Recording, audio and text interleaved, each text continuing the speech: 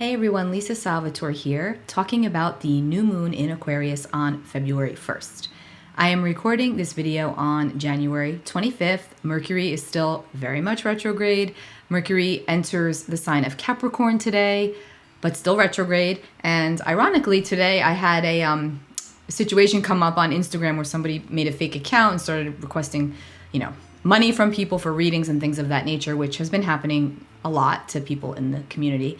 But anyway, that happened today, so thank you, Mercury retrograde. I'm typically one that says Mercury retrograde's not that big of a deal, but I always say that with the caveat, and so of course, honestly, it was a little bit of an annoyance today, and I'm sorry if you were impacted or bothered or annoyed by that, but I'm taking care of it. Hopefully they will be removed because they've been reported, and I'm obviously blocked from their account because they don't want me to see what they're doing, but I've got other people that have been reporting it, and hopefully that'll get squared away. But anyway, now, on Saturday, January 29th, Venus will station direct at 11 degrees of Capricorn. Now, Venus has been retrograde since December. And so for everybody, Venus has been bringing up things from the underworld because Venus has been very close with Pluto. I've also linked my video below about Venus retrograde in case you want to go back and listen to that, to see how this has played out for you and what has this revealed to you. Now, for everybody, there will be likely something. For some, it'll be more severe. For some, it'll be more minor. But I can guarantee that everyone has had some sort of reveal come to them through the way that they relate to others, the way that they connect, both to self and to others, the way you are in your relationships, the way you are with your relationship to your finances, your possessions. This is all Venus. And so because Venus has been aligned with Pluto, it's been like she's excavating our underbelly. She's excavating the underworld of who we truly are. And she's bringing things up into our awareness that need to see the light of day. So you've likely had an epiphany or two in one or more areas related to Venus. And then, of course, you want to look at where Venus is in your chart. And if you've got anything around 11 degrees, you can play around with that and see how that has played out for you. But again, Venus will station direct on January 29th. Now, February 1st, we have our new moon in Aquarius. This new moon is at 12 degrees and 19 minutes, I believe. Yep, 12 degrees and 19 minutes of Aquarius. Aquarius is an innovative sign, forward-thinking, very invested in the future and on what could be. And it's a very visionary sign about what is and what could be more, what we can still build towards and build upon. This new moon will take place at 12:46 a.m. Eastern Time, so it's going to be very early in the morning on February 1st.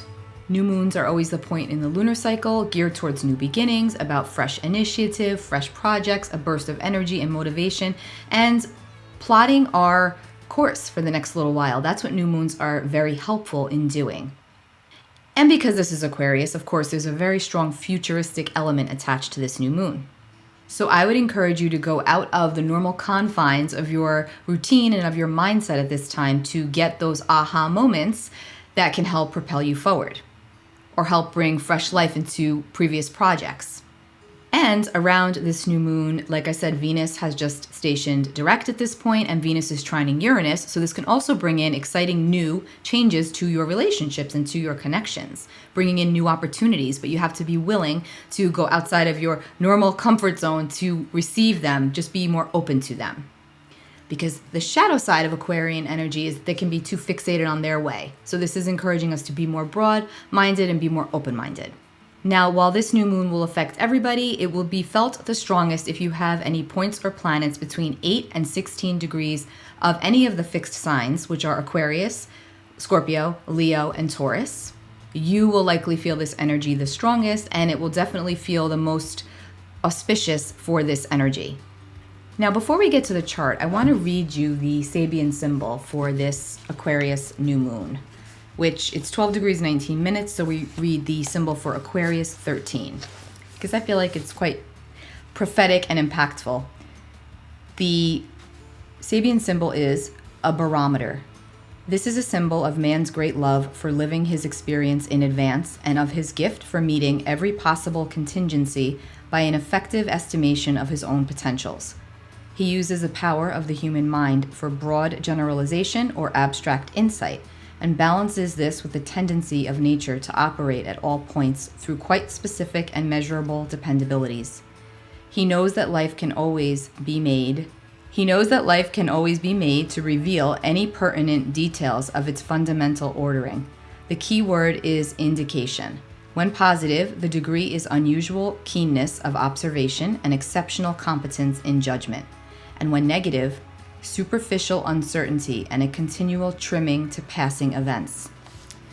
So, use your barometer for this energy. I want to mention that Mercury is retrograde still at this point, and Mercury will station direct on February 3rd. Now, because we're 2 days away from the station of Mercury direct, Mercury's like pivoting. And so when the planets are in this type of configuration, especially Mercury, they're moving really slowly, and their potential to, like in Mercury's case, muddle things up is very enhanced. So again, forward thinking, but make sure that you're really crossing all your T's and dotting all of your I's at this time, and watching your communication and triple checking your emails and everything going on, because if something can get lost in translation and or messed up around this new moon, it will. So a little more caution, a little more vigilance. Mercury and Saturn are both supporting us at this time with this new moon, but Mercury is still retrograde. And so I just want to mention that, things could feel really significant, and then we go at them from a space of excitement, and then what can happen is we fall on our face because we're not recognizing that things are still, we're still trudging up that hill in the mud. In fact, all of January has felt like this. So again, we're trudging up the hill in the mud, we're getting through, we're breaking through, we're seeing the sun, we're seeing the dawn, but still just remain a little more cautious and a little more mindful with your projects and your communications and all of your relations. There is also a lot of mental activity going on right now. Mercury is aligning with Pluto. Again, this is deep, this is intense, this is cathartic. This makes us want to get to the bottom of things. Let me just pull up the chart. Okay. So here we have the new moon, February 1st, 2022, 12:46 a.m. Eastern Time. And we see right away, here we've got this new moon right here. Sun-Moon conjunction.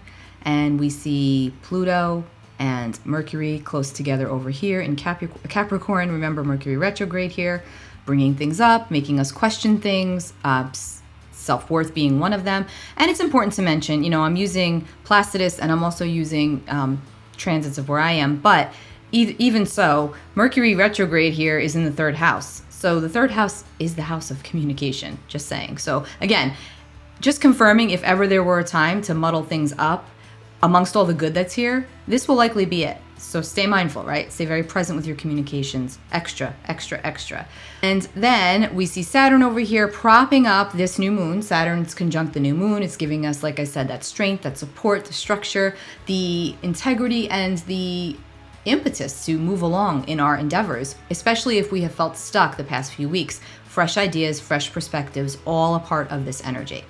Mars over here now in Capricorn, where he's very powerful. Mars is exalted in Capricorn. He loves to be here. He feels very motivated, very energized, and like he can get things done. Okay, so this is a really good energy for all of us collectively. Now, Mars is in a helpful aspect with Jupiter. So Jupiter in Pisces is bisextile to Mars in Capricorn.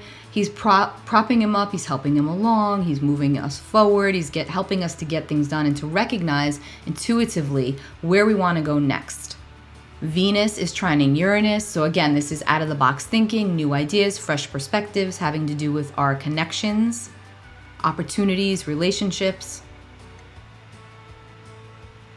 Also supporting outside of the box thinking of things a different way. Uranus is the modern day ruler of Aquarius. And so Uranus is all about, it's the ruling planet of this new moon, as is Saturn. So Saturn and Uranus are both supporting us. They're both supporting the new moon energy, because Saturn is the modern day ruler. Saturn is the traditional ruler of Aquarius, and Uranus is the modern day ruler of Aquarius. And both, okay, so that's not entirely true. Uranus at 10 degrees of Taurus is actually squaring this moon, because Taurus and Aquarius square each other. So that's a frictional aspect, and that causes a little bit of confusion, and it can cause quite a bit of frustration and aggravation.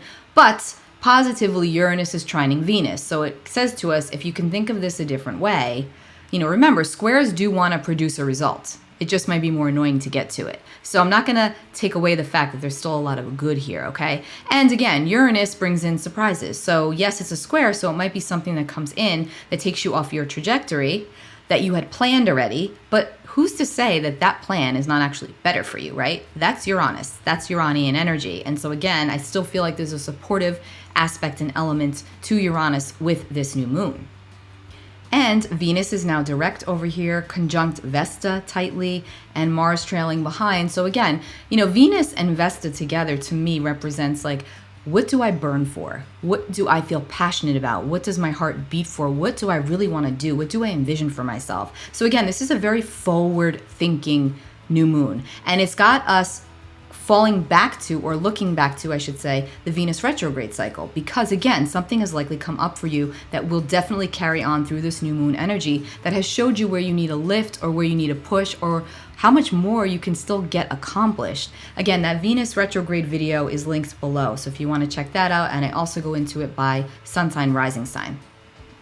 And even though we're past that point, it may just help for you to track it back and see what went on. But again, Venus, Vesta, Mars here says, get it, determine, decide what it is that you beat for, what it is that you want to be helpful with and known for. What is your essence? Where is your energy focused right now? What is most important to you? What do you truly value? And what have these last couple of months taught you or shown you about yourself? And think about any hardships as preparing you for the future. And Chiron over here is also in a supportive aspect to this new moon. Again, I feel like this brings us to that space of thinking about where we feel inadequate or where we have felt less than, and honoring that and recognizing that for what it is and knowing that it's okay to feel that way.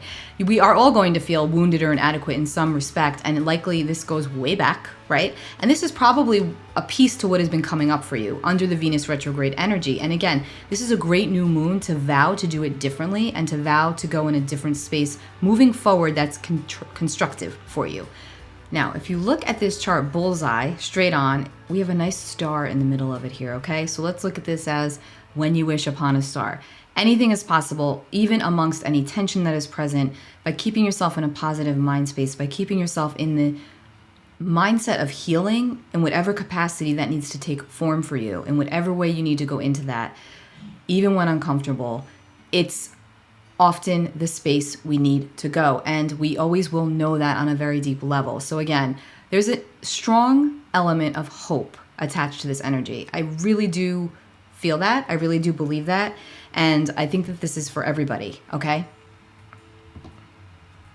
So if you are an Aries sun or rising, this new moon is going to take place in your 11th house, okay? So this is the house of groups and friendships and associations and our humanitarian rights and values. So if you've got this new moon here, maybe use this energy to, or something could come up under this new moon energy for you in those areas of life. If you are a Taurus sun, Taurus rising, this is going to take place in your 10th house of career and public image and status. So again, if there's something that you want to work on towards your legacy, or something that you want to leave behind, or something that you want to do publicly or professionally, this is a great new moon energy for you for that, Taurus. If you are Gemini sun rising, this is going to take place in your 9th house. The 9th house is the house of higher learning, education, teaching, being a messenger of some kind. Long distance travel falls under here. So does politics, the law, spirituality, expansive thinking. So if you're a Gemini sun rising, for this new moon, there's a great energy for any expansive activities in those areas. If you are a Cancer sun, Cancer rising, this new moon is going to take place in your 8th house. Now, this is very emotional for you, Cancer. You're a water sign. You're already emotional and sensitized. New moon in that 8th house can feel very emotionally cleansing. It might bring a lot up, but again, if you're feeling slightly off or slightly off balance, this is likely why. Just make sure you keep up with your fluids. But I digress. I'm going psychic on you. But the new moon for the sign of Cancer in that 8th house, again, really good for wanting to get to the bottom of things and to clear things up for yourself, okay? There's a strong energy of working to clear dead wood, no pun intended, dead energy, okay? The 8th house is the house of death, so it's not surprising I would say that. But again, for you, Cancer, deep purging psychologically going on, great new moon for that. If you are a Leo sun, Leo rising, this new moon takes place in your 7th house of partnerships, contracts, alliances, the house of others, okay? Legal falls under this house as well. So if you've got this, if you're a Leo, and this new moon takes place in that 7th house, so this could be really positive for you for bringing in new opportunities or new energy in those areas. If you are Virgo sun, Virgo rising, this new moon takes place in your 6th house, which is your natural home, the home of Virgo. So again, this is very cleansing and cathartic for new routines that you want to put on for yourself, put yourself into, health habits, daily routines, also your daily work. This is another area of that 6th house, and this is very positive for you there, Virgo. If you are a Libra sun, Libra rising, this new moon will take place in your 5th house of pleasure and play and children and fun and romance and creative projects. So this is going to feel like a very creative burst of energy for you, Libra, if this is your placement.